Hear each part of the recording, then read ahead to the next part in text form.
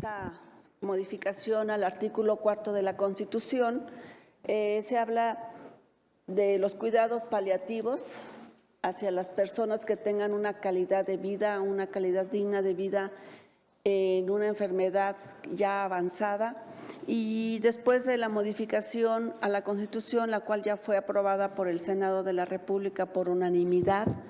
También es importante que sepan que todos los grupos parlamentarios apoyaron esta modificación de cuidados paliativos. Está ahorita en la Cámara de Diputados, seguramente en las siguientes semanas será dictaminada por la Comisión de Salud y Asuntos Legislativos, y también existe ya una propuesta del diputado Héctor del estado de Guanajuato, en la cual quiere incluir dentro de esta ley, que puede estar también en lo que va a ser la modificación de la Ley General de Salud en los próximos días, ya casi, o semanas, que va a ser aprobada y que va a ser turnada a las comisiones de salud y posteriormente ante el Pleno. Ahora veremos el tema de que en este foro pues es lo que se quiere y lo que se pretende es las leyes secundarias, que ahora son a las que se tendría que ver, debido a que esta es una reforma constitucional y se tienen que tener las leyes secundarias. Si me permiten, les daría a conocer la semblanza de la diputada Verónica Beatriz Juárez Piña. Ella es licenciada en Derecho por la Universidad de Guadalajara, militante activa del Partido Revolucionario Democrática desde 1992.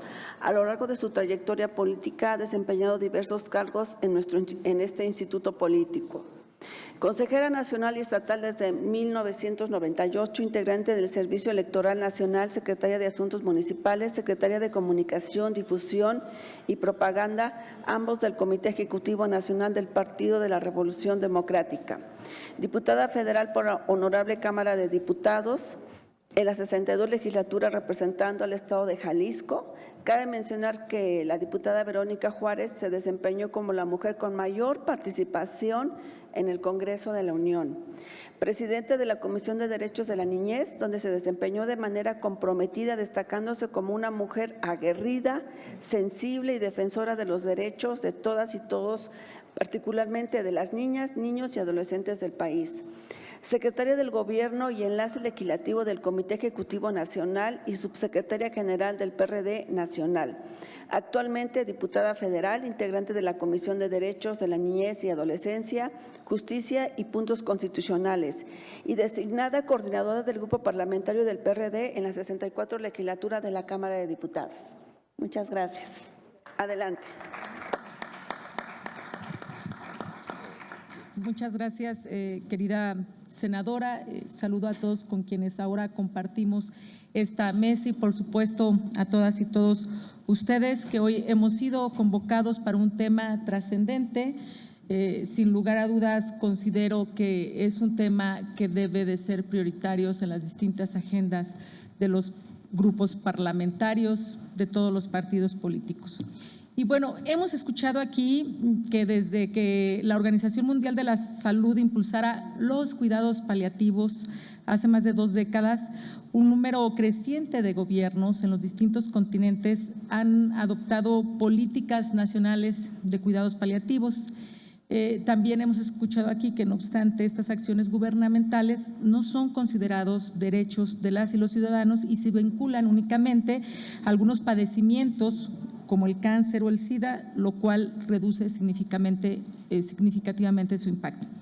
Es importante señalar que la implementación de los programas de cuidados paliativos se encuentra íntimamente aparejada a la operación del sistema de salud, que en el caso de nuestro país enfrenta una grave crisis derivada de la reducción presupuestal, y lo cual me parece que es uno de los principales retos que tenemos desde la Cámara de Diputados que tenemos que enfrentar en los próximos días, en las próximas semanas. Como ustedes saben, el paquete económico llega a la Cámara de Diputados el 8 de septiembre y a partir de entonces se abre una discusión en torno al presupuesto, a lo que será la ley de egresos, lo que será la ley de ingresos, y que en ese sentido me parece que este es un asunto fundamental por todo lo que aquí se ha comentado y por las distintas propuestas que se han exteriorizado en ese tema.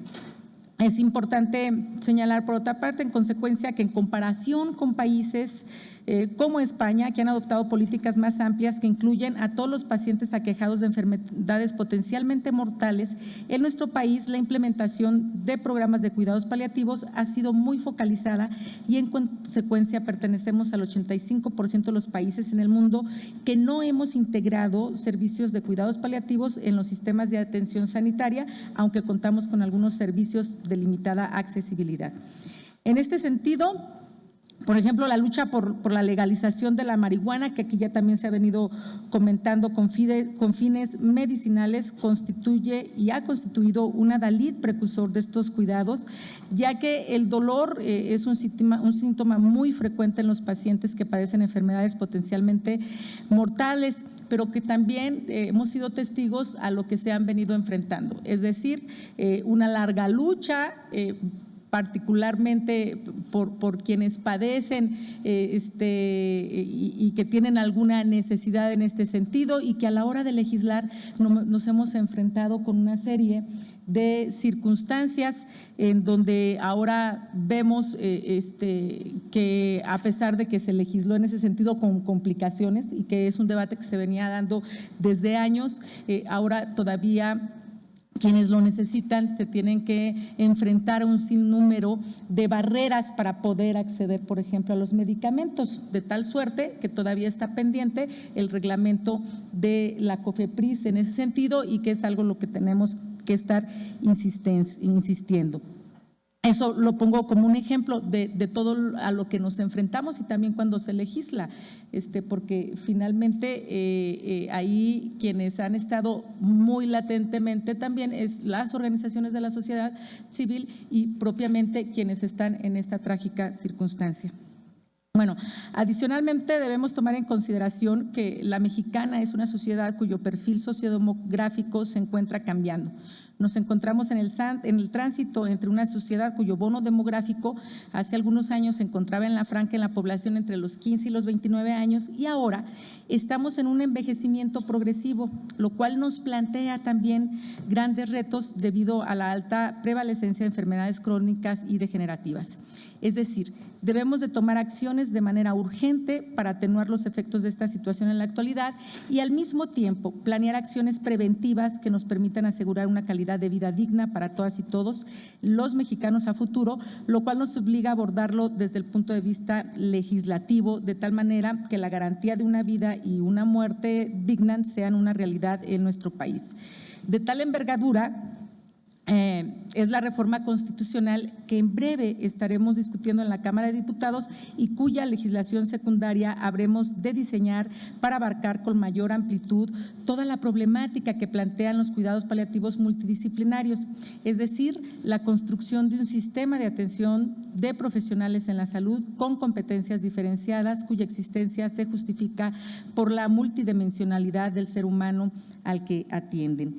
El diseño legal que hagamos debe incluir aspectos demográficos, sociales, geográficos, así como la organización del sistema de salud, los recursos existentes y los mecanismos de coordinación, acciones integradas y criterios de inversión en los servicios específicos. Además, se debe tener en cuenta los mecanismos preventivos de gestión de caso, de atención continuada y de respuesta a situaciones urgentes. Uno de los elementos determinantes es el evaluar las necesidades formativas y establecer planes de formación sistemáticos. Bueno, y que de esto se ha venido hablando en el transcurso de este seminario.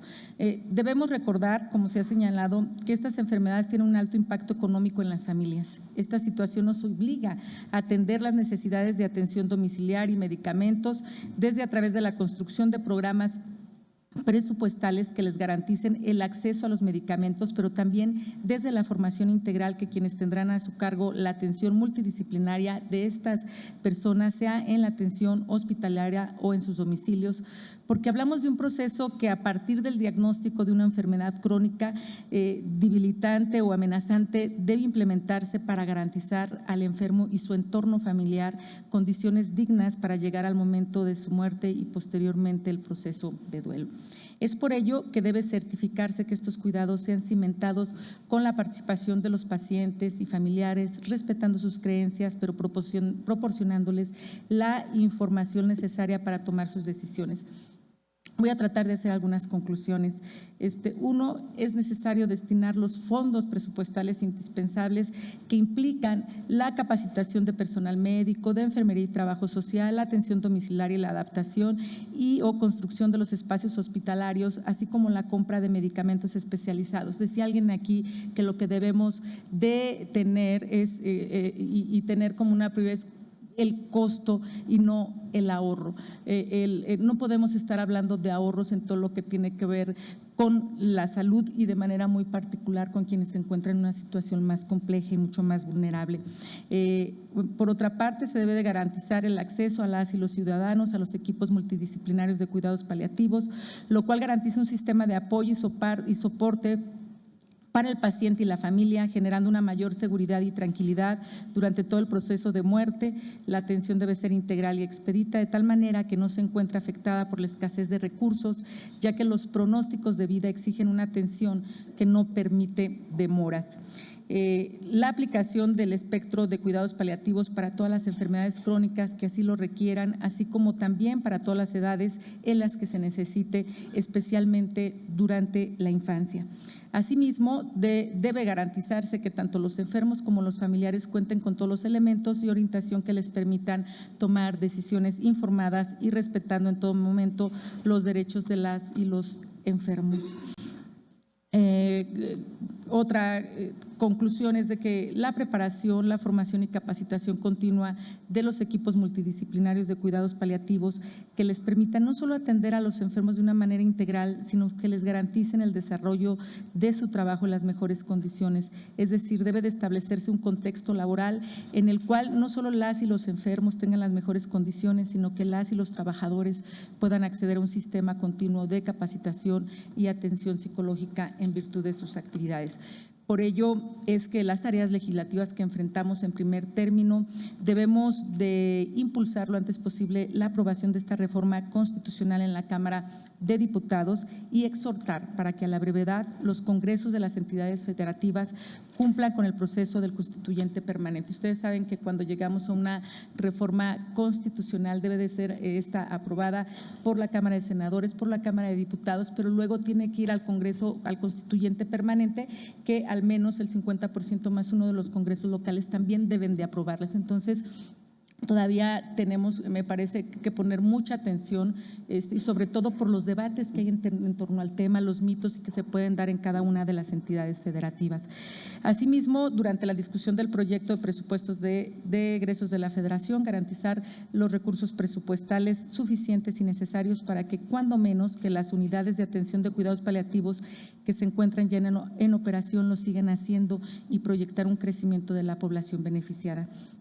También desde el Poder Legislativo Federal y de las legislaturas locales será necesario impulsar las reformas a la Ley General de Salud y las particulares en las entidades federativas para armonizar el orden legal con el texto del párrafo del artículo 4 constitucional. Es decir, que una vez que tengamos este proceso legislativo debemos pasar a la armonización también de la Ley General. Sé que también existen algunas propuestas que si debiera haber una ley en particular para el tema, pero lo que se ha venido avanzando es que lo que se establecerá en la Constitución pueda establecerse en la Ley General de Salud para que de ahí se pueda armonizar también en los congresos locales. No pasamos por alto, por otra parte también, que la Ley General de Salud, a partir de la reforma que se hizo en enero del 2009, contiene un título dedicado a los cuidados paliativos para los enfermos en situación terminal. Sin embargo, llama la atención que las disposiciones que desarrollan la materia del tratamiento integral del dolor estén dedicadas únicamente a las personas con un pronóstico de vida de menos de 6 meses, y de ahí que las que no se encuentran en esta circunstancia, pero sufren de patologías que cursan con dolor, se encuentran completamente desprotegidas. Ello es así, pues, que en el numeral 1 del artículo 66 bis de la Ley General de Salud establece que se entenderá por enfermedad terminal lo siguiente: a todo padecimiento reconocido, irreversible, progresivo o incurable que se encuentra en estado avanzado y cuyo pronóstico de vida para el paciente sea menor a 6 meses. Entonces, tenemos que superar esta situación, porque finalmente nos podemos preguntar qué es lo que sucede con las personas que ven afectada su calidad de vida por el dolor u otros síntomas provocados por una enfermedad con un pronóstico mayor a los 6 meses o que no avanza su vida. El siguiente paso, pero ya en el terreno del Poder Ejecutivo, será ajustar el reglamento de la Ley General de Salud en materia de prestación de servicios de atención médica. Este reglamento, como saben, fue reformado el 1 de noviembre del 2013 y se le adicionó un capítulo dedicado específicamente a los cuidados paliativos, lo cual representa un avance sin duda. Por último, y con esto termino, hay que recordar que actualmente se encuentra en proceso en la Cámara de Diputados la reforma al Sistema Nacional de Salud, cuyo objetivo fundamental consiste en un proceso de centralizar los recursos federales y estatales en materia de salud a partir de la desaparición del Seguro Popular. Más allá de esta discusión, el menester garantizar que los cuidados paliativos sean considerados como uno de los derechos de las y los ciudadanos para que su cobertura sea obligación de las instituciones del Estado. Estos son parte de los retos legislativos que tenemos y sin duda que este seminario resulta la ruta crítica en la que nos permite orientarnos a las legisladoras y legisladores. Por su atención, muchas gracias. Requeriremos de mucha voluntad política. En el Senado así se manifestó en la aprobación por todos los grupos parlamentarios. En este camino estaremos desde la Cámara de Diputados esperando también las mismas respuestas que se dio en el Senado de la República. Muchas gracias.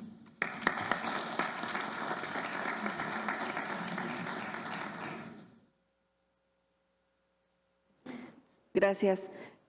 Le damos la palabra al doctor Gilberto Felipe Vázquez de Anda, tesorero de la Academia Nacional de Medicina en México, médico cirujano egresado de la Facultad de Medicina de la Universidad Autónoma del Estado de México.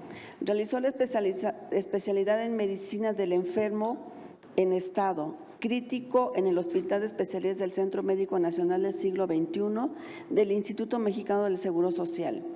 Maestría en Investigación Clínica en la Facultad de Medicina, maestría en Administración de Servicios de Salud en la Facultad de Contaduría y Administración. Realizó estudios de doctorado en Prevención y Tratamiento de la Insuficiencia Respiratoria Aguda en la Universidad Erasmus de Rotterdam, Holanda. Tiene experiencia clínica como médico intensivista y ha desempeñado funciones clínico-administrativas como jefe de servicios clínicos en los servicios de terapia respiratoria y medicina robótica. Fue coordinador de urgencias y terapia intensiva del Centro Médico del ICEM. Es profesor investigador del Centro de Investigación de Ciencias Médicas de la Universidad Autónoma del Estado de México. Es miembro de la Academia Nacional de Medicina en México con el encargo de coordinador de área en medicina crítica para el bienio 2017-2018. Le agradecemos mucho. Muchas gracias. Les recordamos a los ponentes que sus participaciones son hasta 10 minutos. Muchas gracias. Muchas gracias por la amable presentación, senadora Nubia Mayorga Delgado. Estimados colegas de aquí de la mesa, damas y caballeros, buenas tardes y muchas gracias a los organizadores de este simposio, al senador Mancera, por la iniciativa de presentar ante ustedes esta mañana todos estos tópicos relacionados de manera secuencial sobre cuidados paliativos. A nombre de la Academia Nacional de Medicina y de su presidenta, la doctora Teresita Corona Vázquez, les da la más cordial agradecimiento y bienvenida por esta oportunidad para la Academia de presentar lo que a continuación vamos a hablar sobre los retos legislativos y regulatorios de los cuidados paliativos. Como especialista en cuidados intensivos por cerca de 30 años, he tenido la oportunidad de vivir ciertas medicinas o prácticas médicas, la manera tradicional como veníamos atendiendo y cómo ha ido virando hacia un continuum de atención y embonamiento entre un cuidado crónico, atención crítica, sale de críticas y vuelve a entrar a cuidados crónicos o a cuidados paliativos o a cuidados terminales o cuidados agónicos.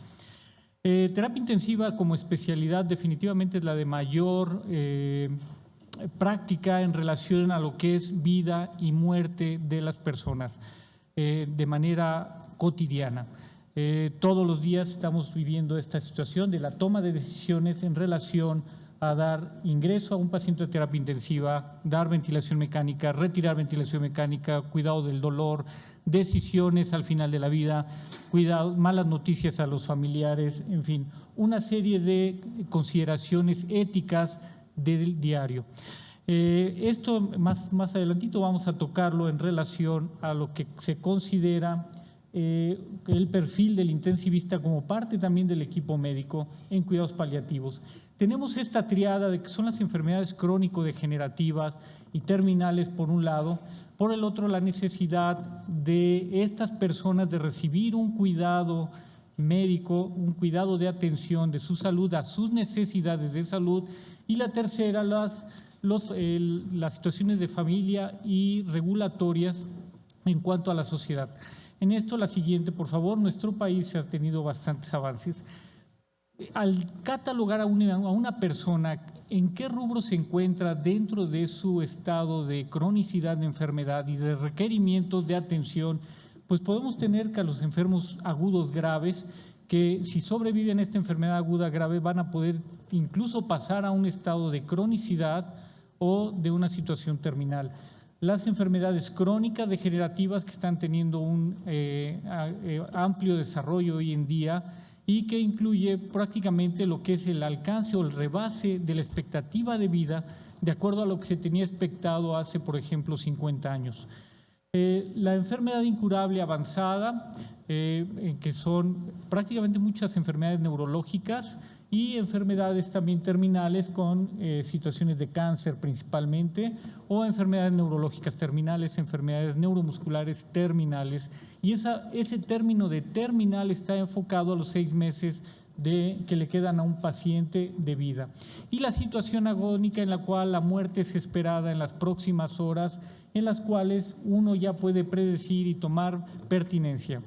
Como pueden ver en esto, hay tiempo para planificar cada uno de estos estadios y en cierto modo presupuestar cada uno de los cuidados que se van a requerir. La siguiente, por favor.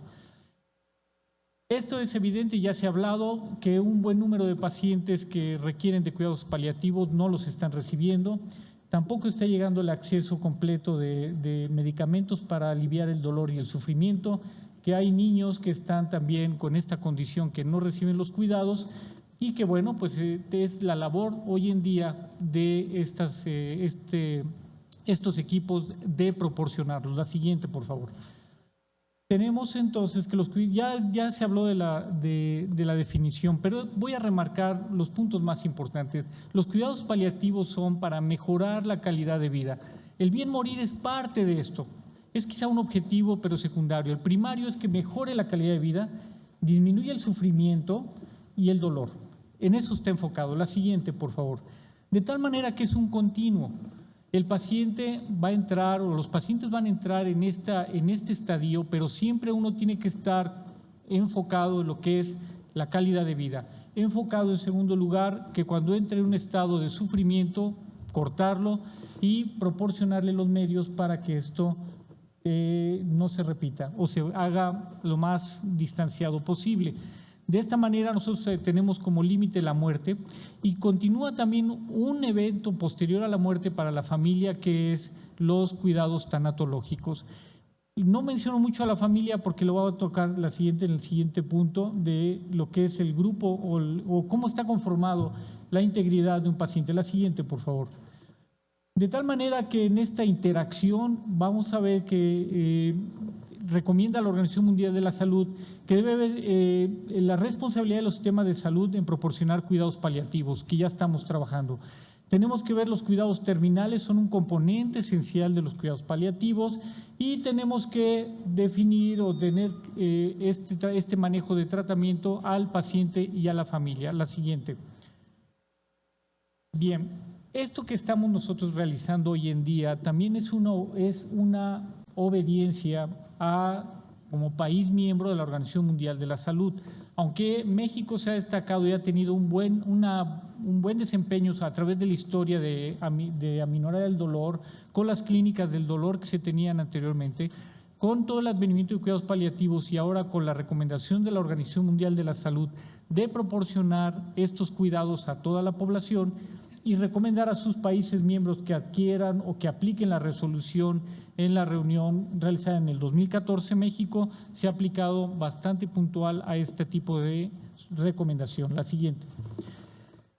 Nosotros tenemos que formular y reforzar y aplicar las políticas de cuidados paliativos, que ya lo estamos haciendo, financiar recursos humanos en relación con las iniciativas, el apoyo básico a familias, voluntarios, como mencionaban ahí arriba hace un momento, y personal que haga las veces de cuidadores, que este es un personaje que está surgiendo ya en los cuidados, en lo que es el equipo de atención en salud.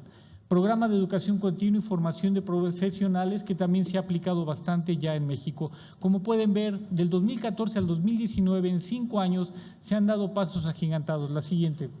De tal manera que hoy en día tenemos muy buenas bases para cumplir con el mandato de proporcionar o de dar atención, el mandato constitucional de dar una buena atención o acceso a la salud y cuidados paliativos.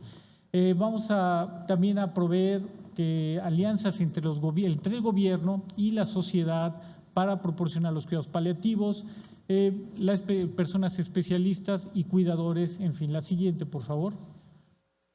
En México, ¿qué tenemos? Y para nosotros los que tenemos en la práctica clínica, que son muy buenos anclajes, porque nosotros funcionamos con normatividades y con guías de práctica clínica.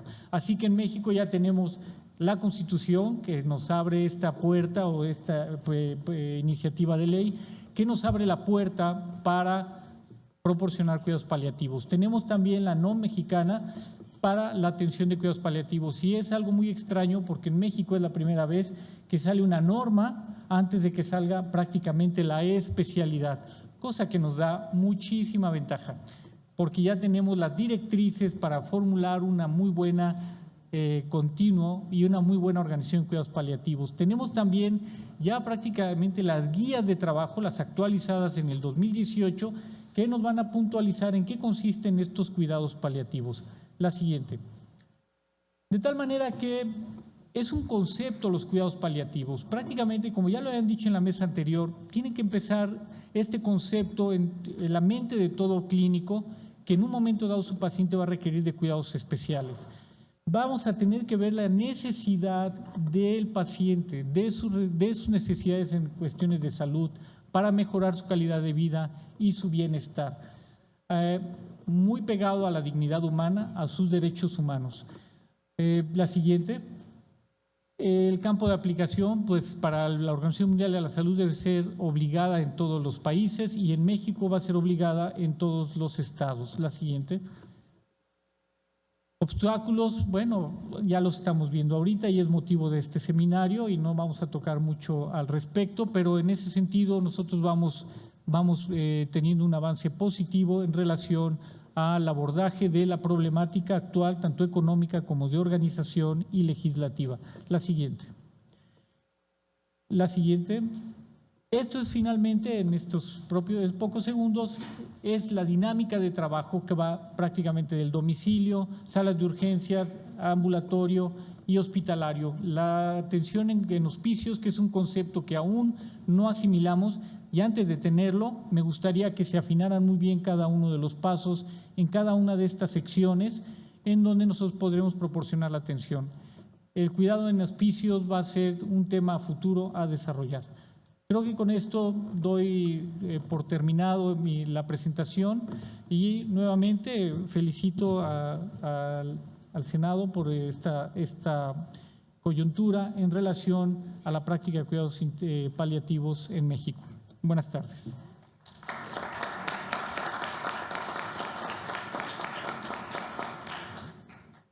Gracias, doctor. Ahora le damos se hará la participación de la doctora María Isabel Cristina González Salas, psicóloga clínica egresada de la Facultad de Psicología de la UNAM. Tiene una maestría en terapia ocupacional por el Instituto de Terapia Ocupacional, miembro titular de la Sociedad Mexicana de Psicología, miembro de la Sociedad Médica del Hospital General de México, doctor Eduardo Lisiaga, laureada con el Premio Gustavo Vaz Prada al Servicio Social de Excelencia otorgado por la UNAM y con el Premio Doctora María Elena Ansúrez López a la mujer más destacada del Hospital General de México por excelencia académica y por su contribución al bienestar de los pacientes, otorgado por la Sociedad Médica, la Dirección del Hospital General de México y Laboratorios en OCIAN.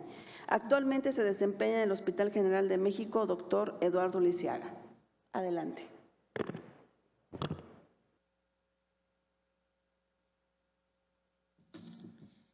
Buenas tardes a todos. Bueno, el tema es sumamente amplio y mucho se ha hablado ya de cuidados paliativos toda la semana, toda la mañana. La siguiente, por favor. Yo quiero mostrarles aquí las estadísticas que se tienen en Clínica de Dolor acerca de la atención de cuidados paliativos. En los últimos 3 años, los cuidados paliativos han ido en incremento en total de consultas subsecuentes y de primera vez, como podemos ver. El año pasado casi se llegaron a más de 3,000 atenciones de consultas subsecuentes. De primera vez casi se llega a 1,000 atenciones. También vemos que el trabajo no solamente se ve en esta parte, sino en las interconsultas que se solicitan de las 42 especialidades con las que cuenta el Hospital General de México. De estas interconsultas, de primera vez llegamos a 469 el año pasado y las siguientes fueron 1,037 consultas. De esto también hay un registro sobre la atención que se le da al paciente en estado terminal, no solamente de adultos, también de niños. Son registros de la población. No tenemos un registro acerca de adultos mayores. Se está trabajando en esto, porque el logro de poder registrar la atención de algología diferenciada de cuidados paliativos ha sido un reto en el hospital. En nutrición, la atención, ya se había comentado también de ella, la atención fue de 125 pacientes de primera vez y subsecuentes 13. Vemos las cifras tanto de atención para pacientes pediátricos como para pacientes adultos. La que sigue, por favor. También lo que se ha dado y lo que se ha llevado a cabo dentro del Hospital General de México es la atención telefónica a pacientes, tanatología a adultos y capacitación a cuidadores primarios, que son pocos, son 40 cuidadores primarios capacitados para esto. ¿Qué es lo que pasa? El Hospital General de México lo que hace ahora es, ya no hace visitas domiciliarias.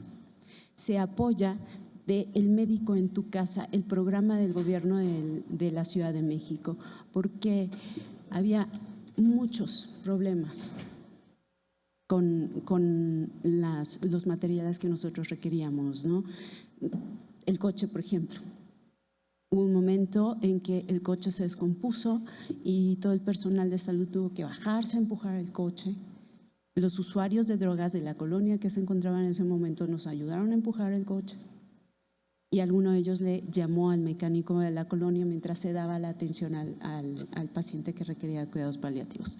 O algunas ambulancias que estaban en mal estado y que en el viaducto se abrieron las puertas de la ambulancia.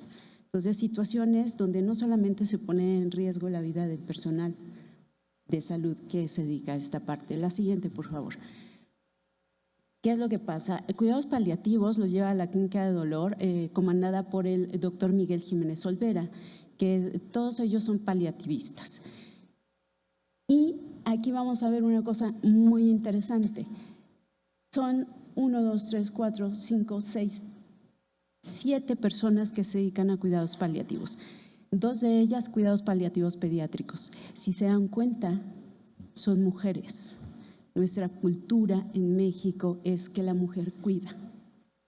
Y tenemos 2 médicos más, algólogos, que se dedican a la parte de algología, hombres. Entonces, la cultura del cuidado del enfermo parte de la cultura matriarcal que tiene la República Mexicana. Ya lo decía en la mañana el doctor, tenemos una cultura de la muerte, sí, pero también tenemos una cultura matriarcal hacia el cuidado del enfermo, y en este caso del enfermo terminal. La que sigue, por favor. Mucho se ha hablado, mucho se dice de las leyes que están para atender al paciente de cuidados paliativos. Está la norma oficial mexicana 011, donde nos habla en el numeral 6 de la prescripción y prestación de cuidados paliativos, de todo lo que son las responsabilidades del área médica. Sin embargo, nos olvidamos de una parte esencial. La siguiente, por favor. La atención psicológica, física, social del equipo de salud que atiende a estos pacientes y a las familias de estos pacientes, que se da en el equipo de cuidados paliativos, el desgaste por empatía. Y hablaban en la mañana que no se trata de una compasión en el sentido de servir por esta parte, ¿no? Sino se habla de un conjunto de emociones y de comportamientos donde hay la voluntad de cuidar a otro, de cuidar y brindar estos cuidados con calidad y calidez a otro. La que sigue, por favor. Entonces, en el numeral 2.6 del cuidado del equipo de cuidados paliativos del Consejo de Salubridad General, la Guía de Manejo Integral de Cuidados Paliativos, sí se integra el cuidado del personal de salud dedicado a cuidados paliativos. Y una de estas partes, en este numeral, dice que los prestadores de servicios deberán tener el apoyo psicológico en su momento o físico, en el sentido de que debe mantenerse la salud mental del equipo. Entonces, estamos hablando no solamente del cuidado del paciente terminal, del apoyo de la familia que presenta o puede llegar a presentar el colapso del cuidador, sino también del desgaste profesional o burnout que presenta el equipo de salud. Y entonces esto hace una tríada de tratamiento a 3 esferas de la sociedad que nos dedicamos a todo esto. La que sigue, por favor. Y que no ha sido considerado dentro de esta situación. Finalmente, somos equipo de trabajo y ya se había hablado de la corresponsabilidad de la familia, que tiene que ver con mucho de la psicoeducación. Este es un artículo que escribimos con algunos colaboradores, incluso el doctor Rafael Castro está aquí presente, colaboró con Cuidados Paliativos en México. Este artículo es un artículo académico donde habla de los términos básicos en cuidados paliativos, y uno de ellos a los que se han referido esta mañana es calidad de vida, pero aquí menciono la calidad de vida relacionada a la salud. Una cosa es que nosotros tengamos una calidad de vida y la otra es relacionada con la salud, con el paciente con enfermedades terminales, el paciente que debe ser atendido para tener una calidad de muerte. Entonces, ¿qué pasa con todo esto? Aquí se implican normas y leyes acerca de la regulación de la administración, la legalización, el acceso a los narcóticos, pero ahora también a cannabinoides. ¿Qué pasa con esta ley de cannabinoides para manejar el dolor? Y hay una cosa que nosotros también tenemos que manejar dentro de la psicoeducación, que es el uso de marihuana, sí. ¿Por qué vía? ¿Fumada? ¿Quemada? Cuando se quema una sustancia, un vegetal, genera biomasa. Y al igual que el tabaco, la marihuana, al ser combustible, genera alteraciones o produce alteraciones en el sistema cardiorrespiratorio. Y entonces tenemos casos de EPOC. Y no solamente las enfermedades que ya hemos hablado, también hablamos de tuberculosis resistentes a antibióticos. Ya hay una ley que regula esto, los antibióticos. Pero son leyes que se tienen que trabajar muy bien y trabajar estas creencias irracionales en los familiares, porque pueden decir, bueno, sí, yo se la doy, sí está en una fase terminal, pero quien inhala ese humo dentro de esta casa puede ser también el familiar. Y podríamos tener a un familiar con EPOC a la larga que requiera también de cuidados paliativos a la larga. Entonces, son consideraciones que tenemos que manejar. La psicoeducación es básica en este sentido. Nosotros trabajamos la psicoeducación, los mecanismos de afrontamiento ante el estrés, pero también trabajamos una parte importantísima que es la adherencia al tratamiento. El apego al tratamiento no solamente implica hacia el paciente, implica la colaboración de la familia. La psicoeducación y el trabajo en adherencia terapéutica son básicos. ¿Podemos llegar a prevenir esto? Sí, y ya se había hablado. Se habla de prevención hasta llegar a paliación. Entonces, es un rubro totalmente amplio, donde debemos no olvidar que los prestadores de salud también sufrimos dolor emocional, dolor psicológico, dolor físico, donde a la larga estas personas que nos dedicamos a esto quizás terminamos enfermas con una diabetes, con una hipertensión y no sabemos si vamos a usar también los cuidados paliativos. Por mi parte es todo. Muchas gracias por la invitación.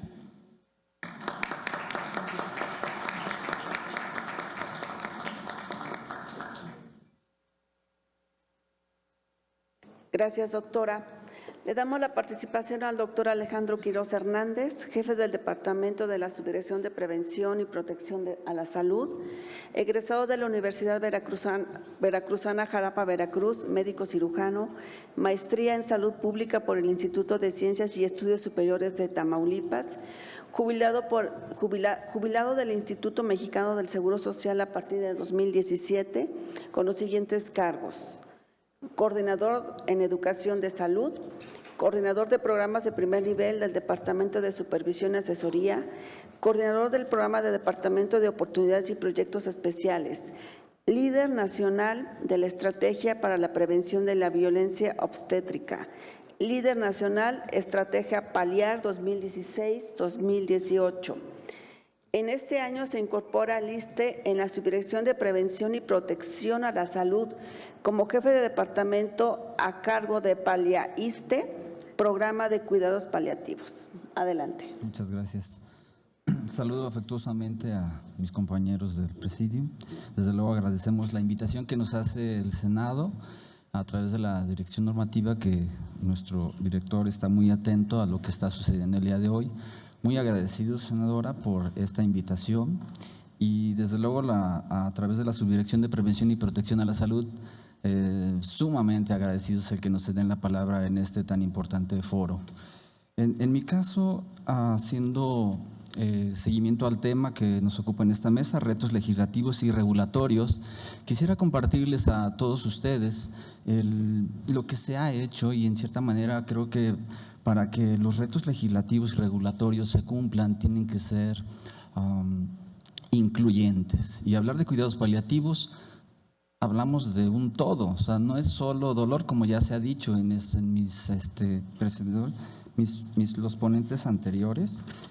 Pero bueno, platicarles rápidamente que como ya se ha comentado, pues bueno, toda persona tiene derecho a la protección a la salud.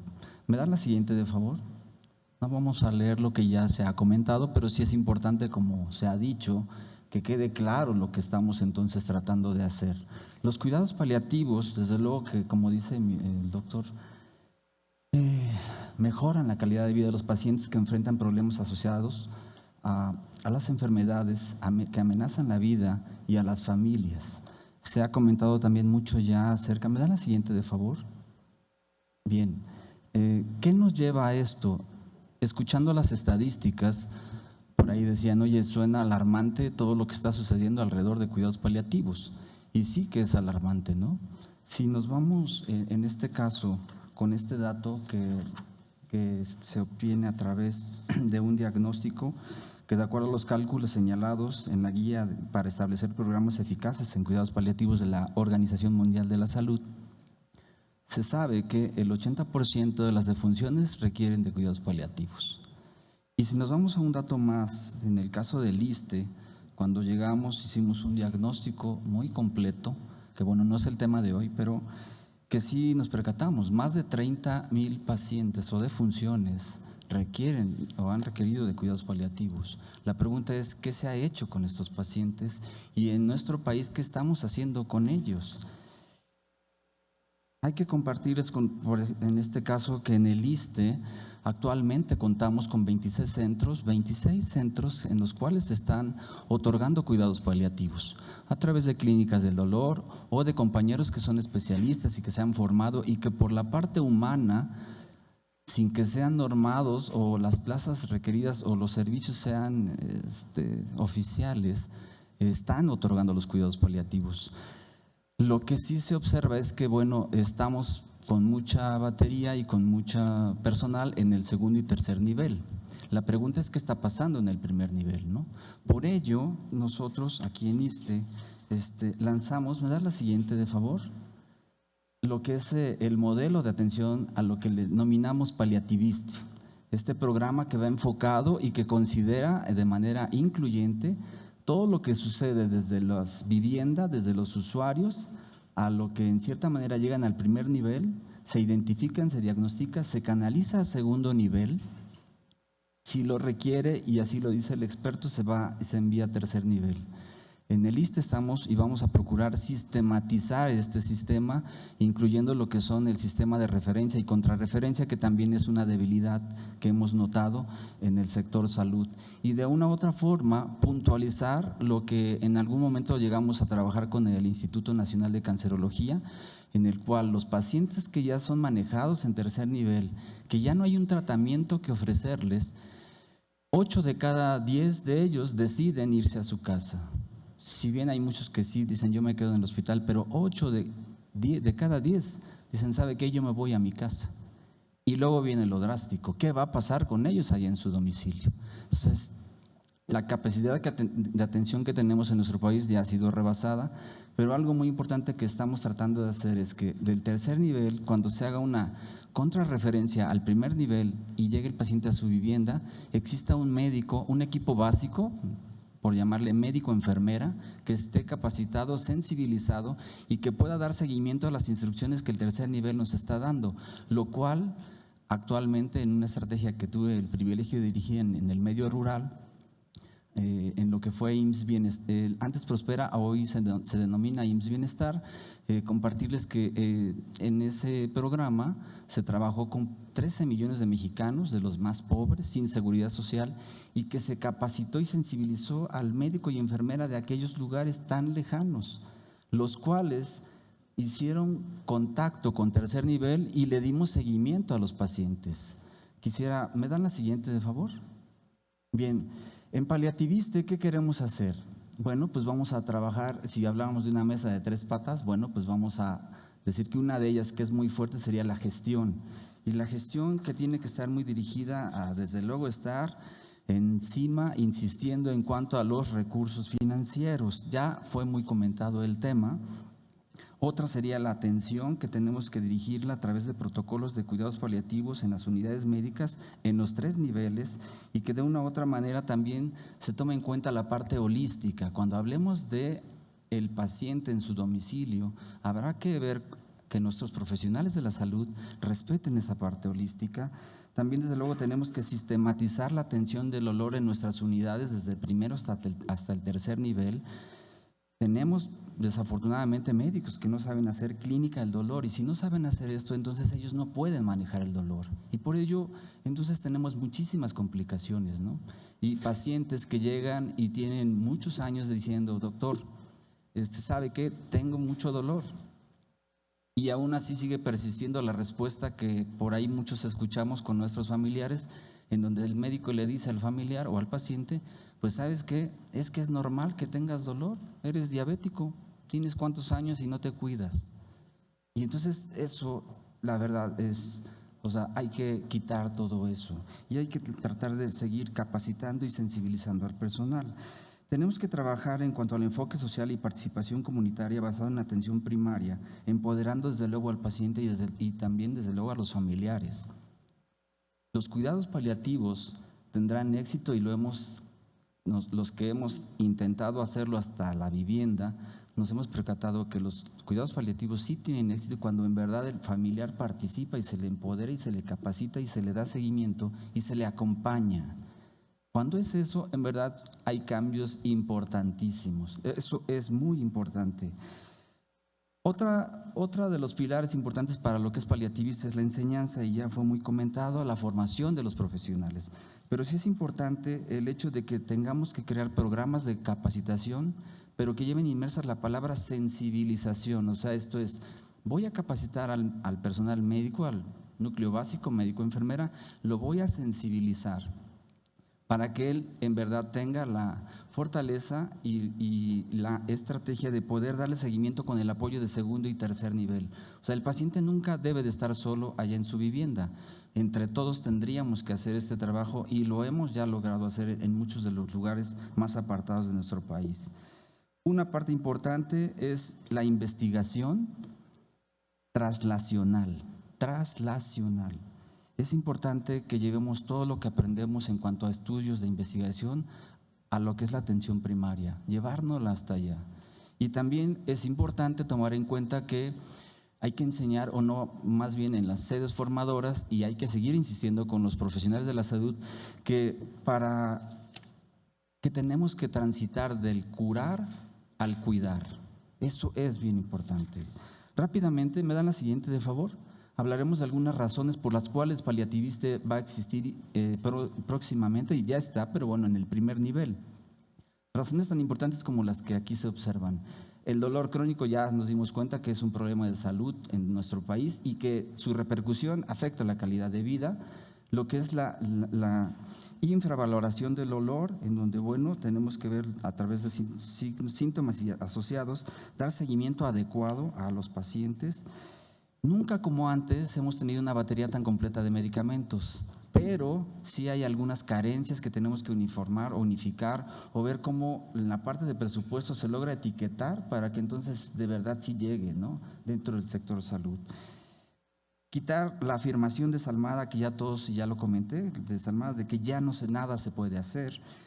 Por ejemplo, también saber y estar conscientes que la COFEPRIS ha quitado algunas restricciones para que entonces exista el médico con su recetario electrónico y pueda prescribir opioides.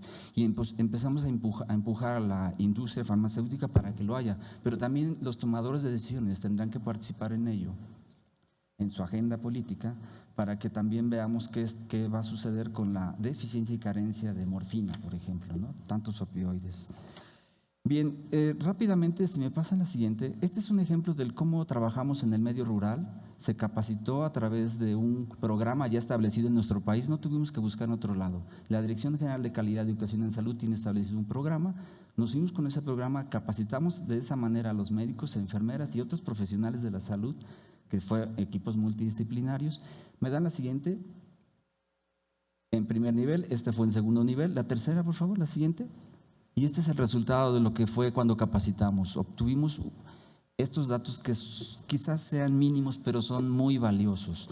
El tener un censo ya de pacientes en el medio rural, los más lejanos, cerca de 3,000 en un corte de 18, 340 de ellos con un diagnóstico oncológico, de los cuales, fíjense bien, con esta estrategia de sensibilización muy barata y económica del médico y la enfermera, lograr darle tratamiento y manejo al 65% de estos pacientes.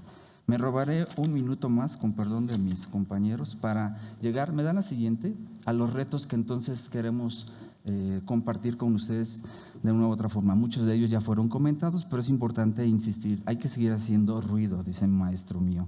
Bueno, hay que ver la aplicación del marco jurídico, la articulación de redes sociales e interinstitucionales que nos ayudan a romper barreras burocráticas, ¿no? Un paciente que de repente se atiende, que es de cierta institución, se atiende en otra, por ejemplo Pemex, que en algún curso nos dijo, ya mándalo a mí, yo lo atiendo y no hay problema. barreras interinstitucionales, pero se está haciendo, ¿no? La buena voluntad y la parte humana. Los lineamientos de atención para equipos transdisciplinarios son muy importantes, el presupuesto y financiamiento, desde luego, que decíamos hay que etiquetarlo, disponibilidad de opioides y otros fármacos, la formación y capacitación de recursos humanos, la investigación y traslación de lo que ya decíamos, de los conocimientos al primer nivel, la atención primaria domiciliaria, hay que ver el cómo lo vamos a hacer. Está escrito que ya se va a hacer, pero cómo lo vamos a hacer, eso es bien importante para cuando se llegue a legislar. La superación de resistencias al trabajo de equipo. Sí es importante entre instituciones quitarnos el yo, el yo, el yo. Creo que hay que escuchar ahora el todos, vamos a hacerlo, el cómo lo vamos a hacer entre todos y con los recursos entre todos. Entonces, pues esto es muy importante. ¿Por qué? Pues porque hay que cumplir lo que a continuación ya todos conocen. ¿Me da la siguiente, de favor? Lo que dijo Cicely Sanders, ¿no? Con esto termino mi participación. Muchísimas gracias.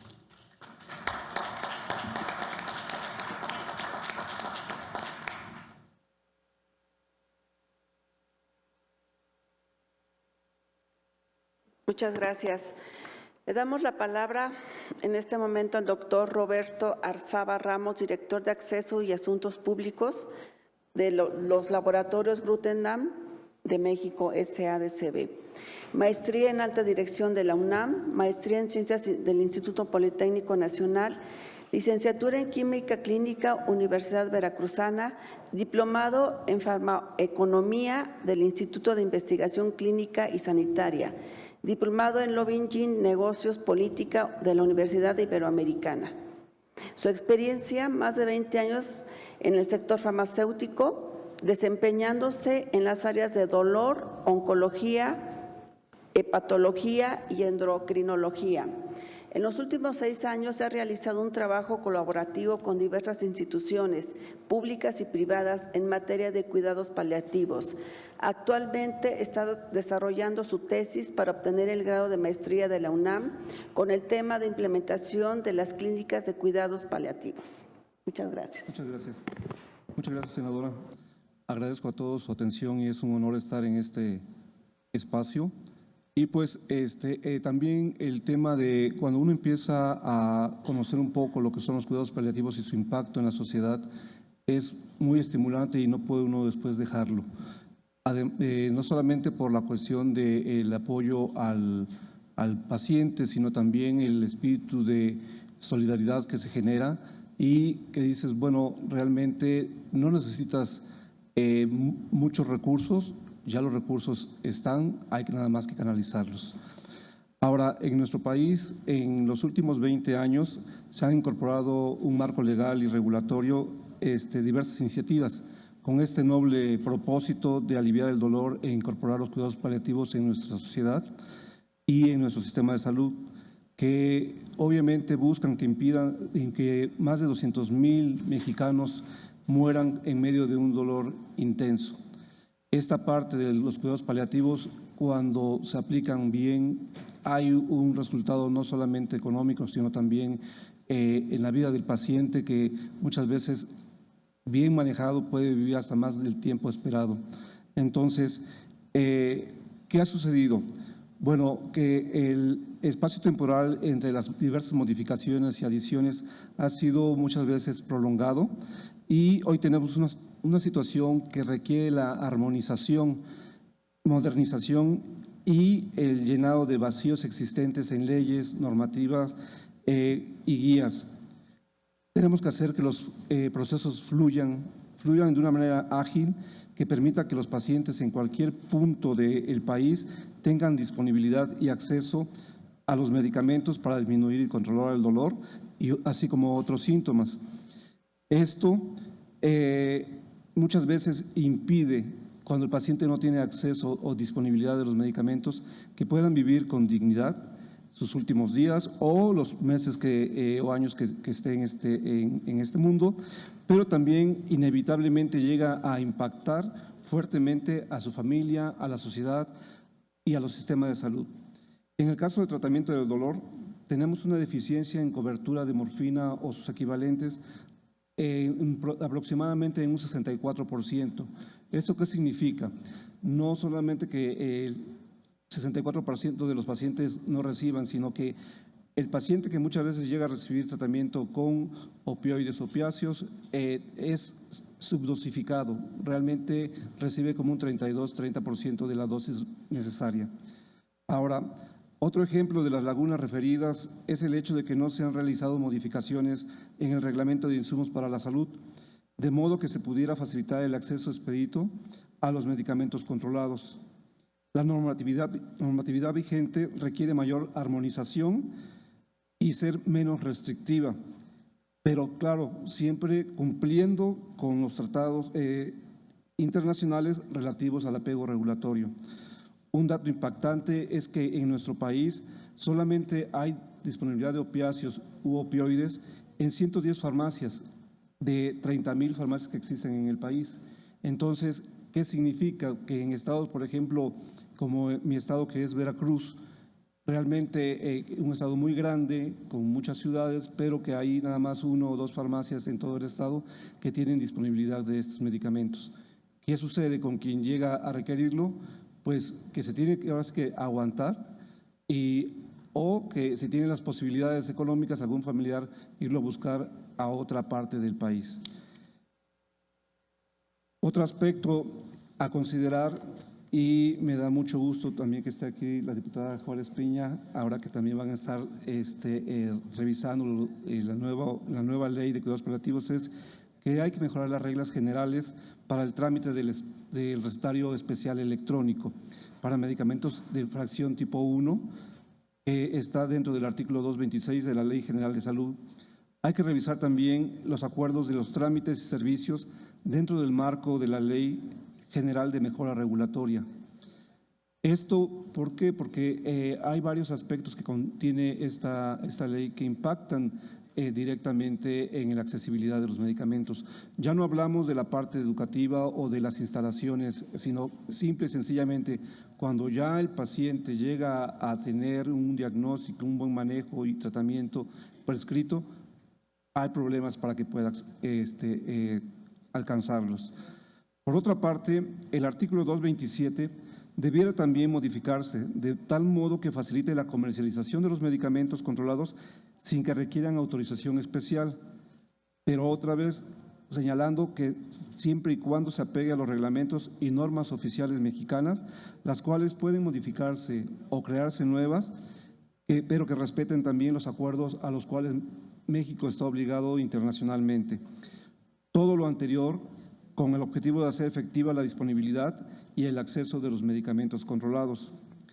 Por otra parte, es importante señalar también en el artículo 227 que se debe de hacer una modificación para aclarar también algunas definiciones, por ejemplo, que en un medicamento que contenga un activo, en este caso los estupefacientes del capítulo 5, puedan clasificarse como fracción 2, no necesariamente quedar en la fracción 1. ¿Cuál es y que los capítulos 5 y 6 se clasifican los activos, más no los medicamentos? ¿Cuál es el impacto de la clasificación 1 o 2? Bueno, que en el caso de medicamentos de fracción 1, como comenté anteriormente, son 110 hasta este momento puntos donde puede accederse a este tipo de opioide. Los de fracción 2 en este momento son 2,000 puntos en los cuales la sociedad mexicana puede adquirirlos. Pero además, otra parte también importante es que el medicamento no deja de estar controlado. Sigue siendo un medicamento que tiene que estar, en el cual se tiene que dejar la receta, se tiene que llevar un registro, tiene que también llevar una serie de procedimientos muy parecidos a los de fracción 1, pero esa pequeña diferencia sí impacta en la accesibilidad.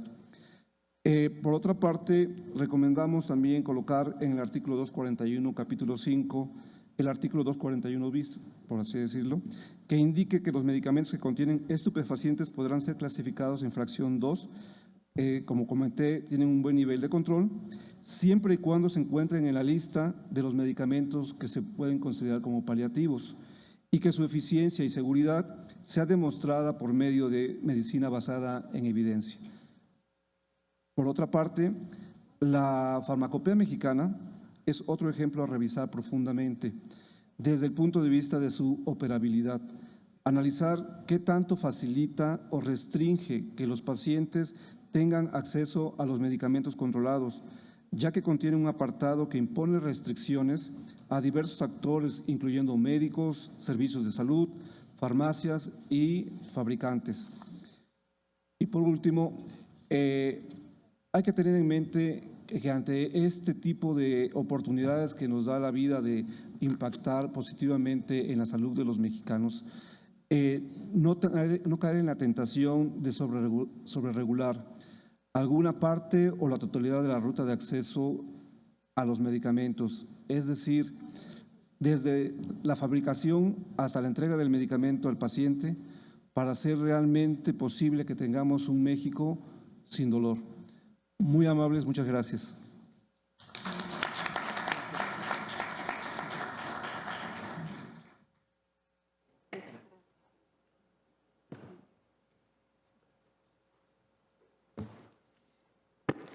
Y por último, le daríamos la palabra al doctor Antonio Cerritos, coordinador médico de la Subdirección de Prevención y Protección a la Salud. Su formación académica ha sido auxiliar en enfermería por la Universidad de Guanajuato, Campus Celaya, de 1976 a 1977. Médico cirujano por la Universidad Autónoma Metropolitana, Unidad Xochimilco, estudios en posgrado y especialidad. Estudios en informática médica en 1988 en la Fundación Arturo Rothenblum. En 1990 cursó 2 años de estudios sobre sistemas de expertos en salud con el doctor José Negrete en el Instituto de Ciencias Biomédicas de la UNAM. Diplomado en Instrucción de Desarrollo Humano por la Universidad Iberoamericana de 1999 a 2001. Logoterapeuta y orientador existencial por el Instituto Mexicano de Psicología Analítico Existencial, representante de la Asociación Vienesa de Logoterapia y Existencialismo de 2001 a 2003. Diplomado en Desarrollo Directivo en la UNAM, Dirección de Administración de Personal de mayo a noviembre del 2009. Cursando el Diplomado de Mediación, una alternativa para la solución de conflictos de conflictólogos, en agosto del 2010. Maestrante en Humanidades de la Salud de la Facultad de Medicina de la UNAM, de marzo del 2011 a marzo del 2013, en proceso de tesis de desarrollo histórico de expediente clínico electrónico en México. Tutor, doctor Carlos Viesca. Adelante.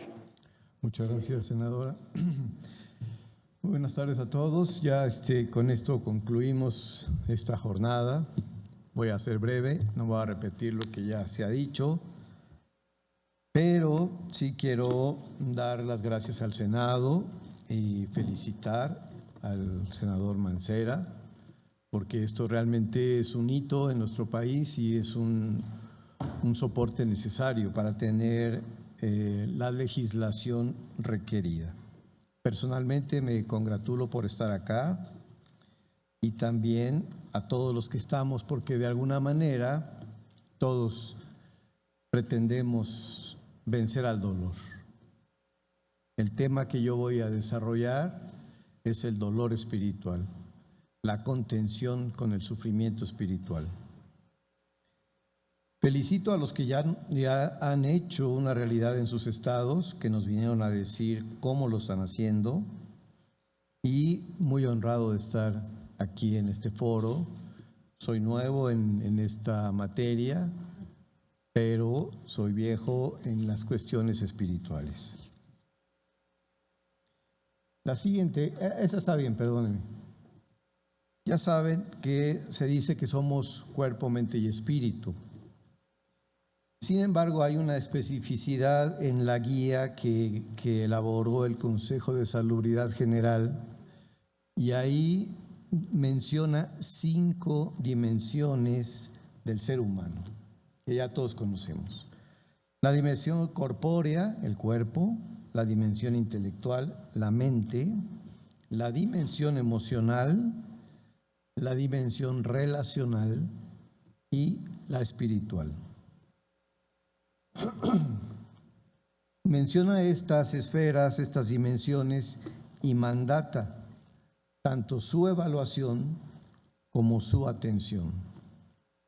Escuché de una maestra de cuidados paliativos decir, ¿ustedes creen que nosotros los que nos dedicamos a los cuidados paliativos somos buenas personas porque ayudamos a la gente que está sufriendo? Pues no, no somos buenas personas, estamos obligados a hacerlo. Es un derecho de la persona recibir este tipo de atención. Y si nosotros no lo hacemos, entonces somos omisos. Tenemos la obligación de hacerlo. La siguiente, por favor.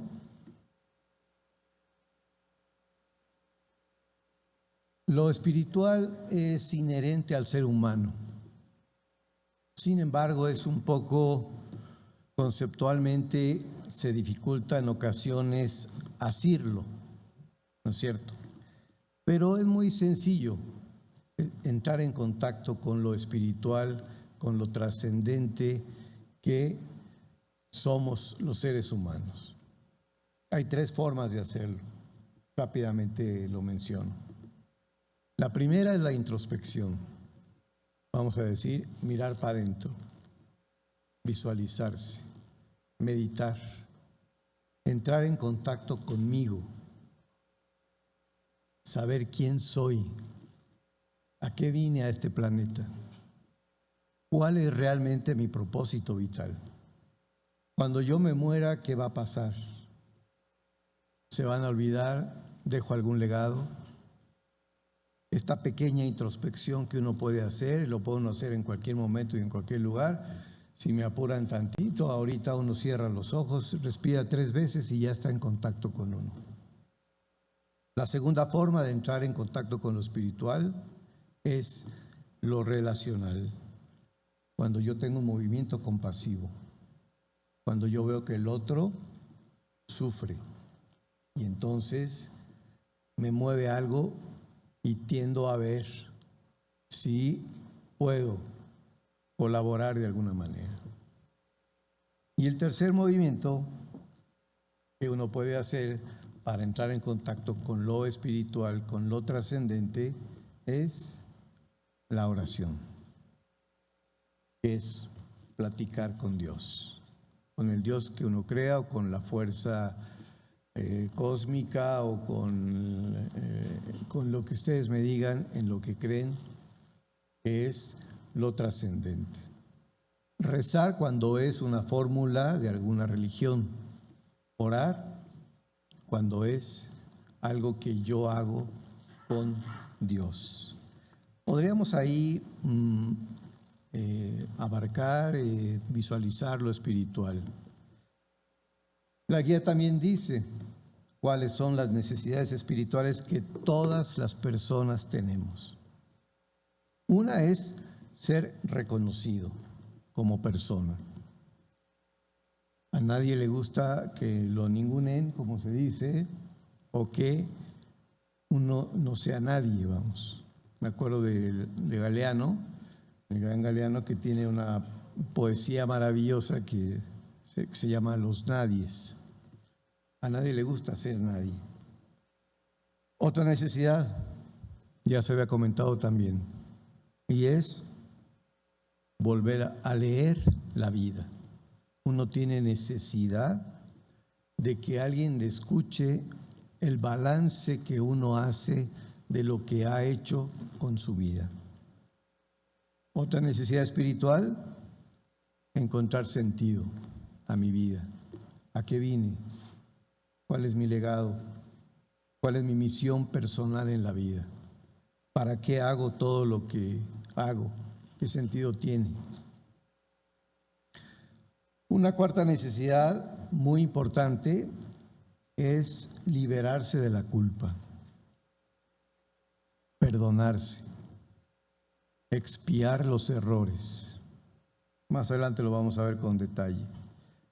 Otra, la reconciliación, sentirse perdonado, reconciliarse con los que uno quiere y quizá con los que uno ha hecho daño. Otra necesidad, establecer la vida más allá de mí mismo.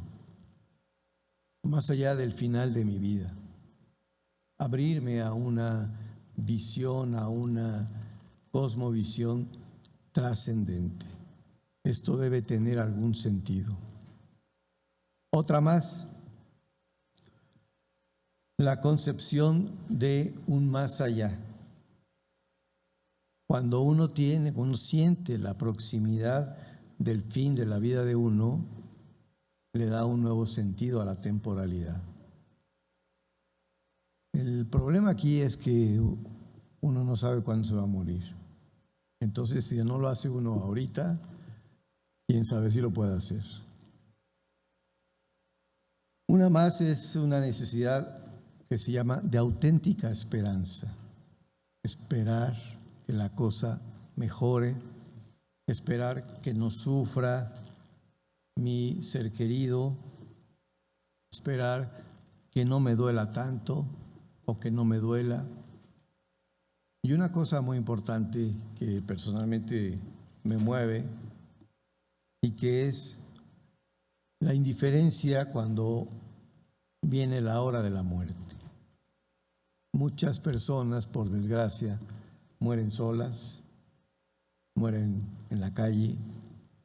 No solo lo que nos ocupa de los cuidados paliativos, sino que de repente nos vamos muy contentos por este seminario y el Metrobús nos arrolla y se acabó.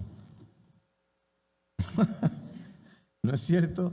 Y si uno no trae una identificación, sabe Dios cuánto tiempo va a estar uno en la morgue y nadie va a saber en dónde está uno.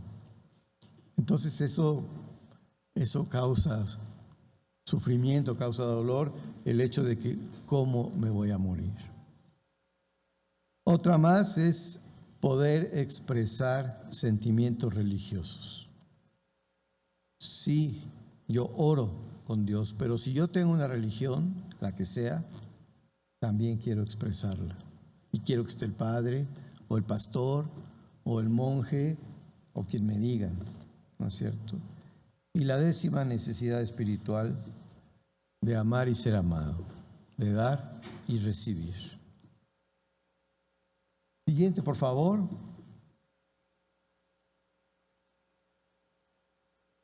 El propósito de esta perspectiva de los cuidados paliativos es que la persona termine en paz, que uno pueda morir en paz con Dios, en paz con los seres queridos, con los familiares, en paz conmigo mismo, y la posibilidad de orar. A veces nada más es necesario tocar a la persona. El cuerpo tiene su propio lenguaje. A veces solamente es necesario mirar a la persona. Con una mirada transmitimos un caudal inmenso de información. En el ISSSTE estamos muy preocupados, como ya lo mencionó el doctor Alejandro y el doctor Alberto, en la formación. Y la parte espiritual también requiere formación. Quizá cualquier persona puede dar soporte espiritual porque es inherente a la persona, quizá. Pero si podemos profesionalizar esto, profesionalicémoslo y hagamos un programa para que se aprenda cómo contender con el sufrimiento espiritual, con el dolor espiritual, cómo poder acompañar como persona trascendente al que está o sufriendo una larga enfermedad o al borde de la muerte.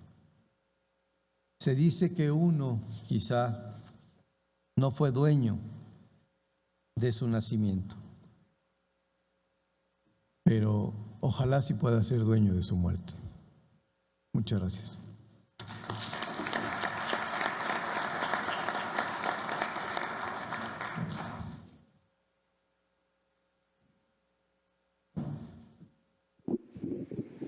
A continuación sería preguntas y respuestas. Tenemos un tiempo de 15 minutos para poderlas abordar. Si alguien quisiera hacer alguna pregunta, con mucho gusto.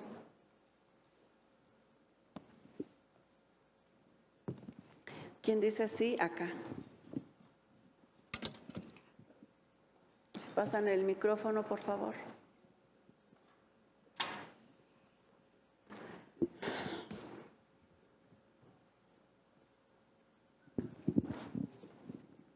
Vamos.